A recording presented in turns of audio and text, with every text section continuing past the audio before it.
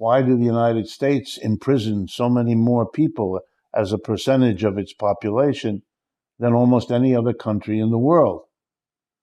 And she gave us the answer, because it's not about criminality. It's about controlling a part of the population.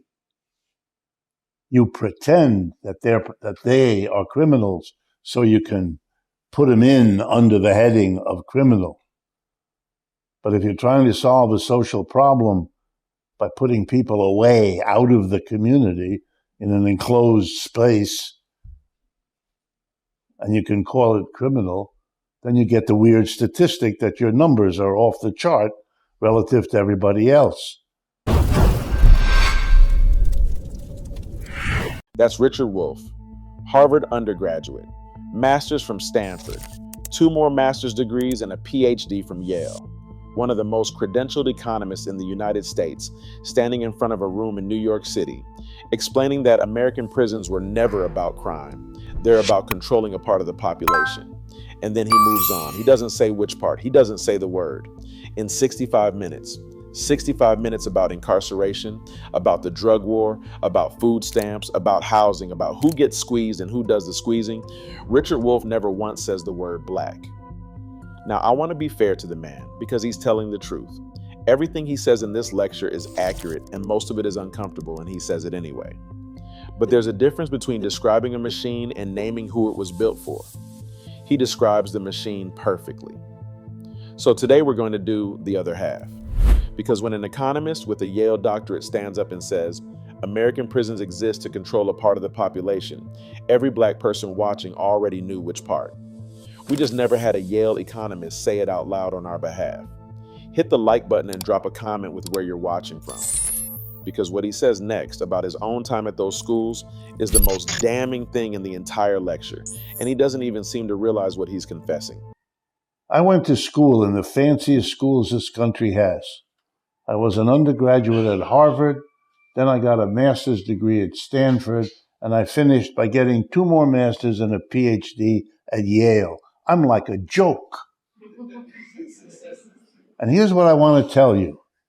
Every drug you ever heard of was always available in every room of those institutions that I ever visited. And who got arrested? Nobody. Who got invaded by the cops? Never happened. Which person of the young people there was worried that their drug activity would get them into trouble? None of them. This is a social issue, not a chemical issue. Every drug you ever heard of, every room, Harvard, Stanford, Yale, and nobody got arrested, nobody got raided. Not one of those students spent a single night worrying that what was in their dorm room might cost them their future. Now hold that image in your mind and let me put another one beside it. In 1986, Congress passed the Anti-Drug Abuse Act, and it created a sentencing rule that should be taught in every school in this country. Under that law, it took 500 grams of powder cocaine to trigger a 5-year mandatory minimum sentence, but it only took 5 grams of crack cocaine to trigger the exact same 5 years. 500 grams versus 5 grams, 100 to 1, same drug. Chemically, functionally, the same substance. The only difference was the form it took, the price it sold for, and the neighborhood it sold in. Powder was the drug of Wall Street and the Ivy League. Crack was the drug of the black inner city. And Congress wrote a law that punished one of them 100 times harder than the other.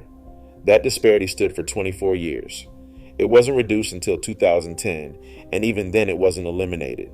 It was reduced to 18 to 1. It is still not equal today. So when Wolff says the drug war was fakery, when he says this is a social issue and not a chemical issue, he's describing the outcome. But there's a document that describes the intent, and he doesn't mention it, so I will. John Ehrlichman was Richard Nixon's domestic policy chief, one of the most powerful men in that White House. And in a 1994 interview that was published in Harper's Magazine in 2016, Ehrlichman explained what the war on drugs was actually for. He said the Nixon campaign had 2 enemies, the anti-war left and black people. He said they knew they couldn't make it illegal to be either against the war or black. But by getting the public to associate hippies with marijuana and black people with heroin, and then criminalizing both heavily, they could disrupt those communities, raid their homes, break up their meetings, and vilify them night after night on the evening news. And then he was asked whether they knew they were lying about the drugs. His answer was, of course we did. That's not a theory. That's not a black conspiracy. That is a senior White House official on the record explaining the design. Richard Wolff walked through Harvard and Stanford and Yale, saw every drug in America sitting in those rooms, watched nobody get arrested for any of it, and correctly concluded that the drug war was never about drugs. He just stopped one sentence short of saying what it was about instead. And here's what that policy produced. Black Americans are roughly 14% of the population of this country, and they are roughly a third of the people in American prisons. The United States holds around 5% of the world's people and a fifth of the world's prisoners. And inside that number, our share is more than double what it should be. Wolff said something else in that opening that deserves attention. He said it costs more per year to put a person in jail than to give them a decent job and an income. He called it outrageously inefficient. And he's right that it's inefficient, but only if you assume the goal was to solve a problem. If the goal was to remove a population from its community, from the labor market, from the voting rolls, and from its own families, then it isn't inefficient at all. It's expensive, and somebody is getting paid. Subscribe to Black Journals right now, because the next part of this lecture is where he explains exactly who's collecting, and the number he gives should stop you cold. Employers are, according to the U.S. Census, employers are 3% of the American people. Let me do that again. 3% of our people are employers, and that includes the self-employed. In other words, the wages of the whole society are determined by 3% of the people. And I'm now going to have to tell you, you're not in that 3%. You have to take it. Because if you leave it, who knows what else is out there for you. Another employer who's very aware of what the first employer offered you, and will take that into account when offering you something. The other side of affordability is the prices you have to pay with whatever wage or salary you get. Well, let's ask the same question. Who determines the prices? Ready? The same people. The same 3%. If you've ever worked in an office, a factory, a store, were you called in as an employee to help participate in deciding what the prices would be of whatever it is you're helping to make? Of course not. You're a worker. You're an employee. You don't make those decisions. Those are made by the employers. They decide the prices they put on things. So let's see now. This is higher mathematics. The same 3% who determine your wage are the same 3% who are determining the prices you pay. If they want to squeeze you, this is the easiest thing to do. You just squeeze a little on the one end and you squeeze a little on the other end. And between the two, you get the squeeze done. 3% of Americans decide what everyone earns. The same 3% decide what everything costs. Squeeze the wage on one end, raise the price on the other, and the people in the middle get crushed from both directions at once. He turns to that room and he says, "You are not in that 3%. For Black America, that sentence is closer to literal than he probably intended. Black-owned businesses with employees make up a tiny fraction of American employer firms, a share dramatically smaller than our share of the population. So when the man says the wages and the prices of this entire country are set by 3% of the people, understand that Black America is almost entirely absent from the side of the table where those decisions get made. We are on the receiving end of both ends of that squeeze, almost without exception. And that's before you account for what was taken on the way here. In 1910, Black farmers in this country owned roughly 16 million acres of American land. Today, that number is a fraction of what it was. the vast majority of it lost, and a federal court has already ruled that the United States Department of Agriculture's own discriminatory practices bear much of the responsibility.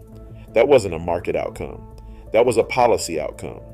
And the wealth that would have compounded across 4 generations from those acres simply doesn't exist because it was taken with paperwork. Which brings us to the number that describes the result. According to the Federal Reserve's most recent survey of consumer finances, the median white household in America holds around $285,000 in wealth. The median black household holds around $45,000. 6 to 1. And that gap has barely moved in decades. So when Richard Wolff describes a squeeze between the wages you're paid and the prices you're charged, understand that black families are entering that squeeze with almost no cushion underneath them. White families have 6 times the shock absorber. We take the same hit with a fraction of the padding. That's why the same recession that costs one family a vacation costs another family the house. You make more and more of the wealth of the country unaffordable. The biggest issue you all know in this country right now, rent. Housing is unaffordable. A healthy society spends, that work has been done, 24% of your wage on your housing. If you're spending more than that, you are being abused, ripped off. That, by the way, it's a universal number used around the world by the UN, everybody else. 20 to 24%. That's the international standard. Spend more than that on housing. And in his words, you are being abused. By that measure, a huge share of Black America is being abused right now. And roughly half of Black renter households in this country are carrying a housing cost burden that exceeds what that standard says is healthy. But ask the question one layer deeper. Why are we renting in the first place? Because homeownership in this country is roughly 74% among white households and roughly 45% among Black households. That is close to a 30-point gap. And that gap is not an accident of preference or income. It was built. It was built by redlining maps that marked Black neighborhoods in red and told federal lenders not to insure mortgages there. It was built by restrictive covenants written into property deeds that made it illegal to sell a home to a Black family. It was built by a GI Bill that sent a generation of white veterans into new suburban homes while Black veterans were turned away at the bank. Of tens of thousands of home loans backed in the New York area after the war, an almost invisible number went to Black families. So Wolff is right that rent is the crisis. But rent is the symptom. The disease is that an entire people were locked out of the single greatest wealth-building instrument in American history, the home, and then, 2 generations later, handed the bill for the housing shortage as tenants. He mentions Vienna, where half the apartments are publicly owned and the rent is set as a percentage of your income, and he says it's a spectacular success story, which is why you've never heard of it. He's right about that too.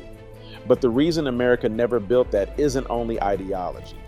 Public housing in this country was built and then it was deliberately segregated, deliberately underfunded, and then held up as proof that the idea itself had failed.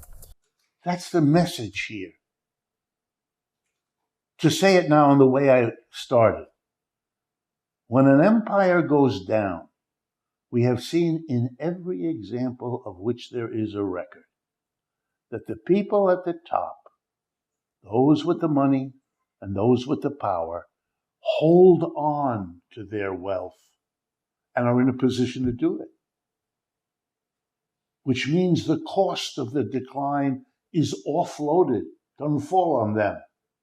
It falls on us, on the rest of the people. And it takes the form of an affordability crisis.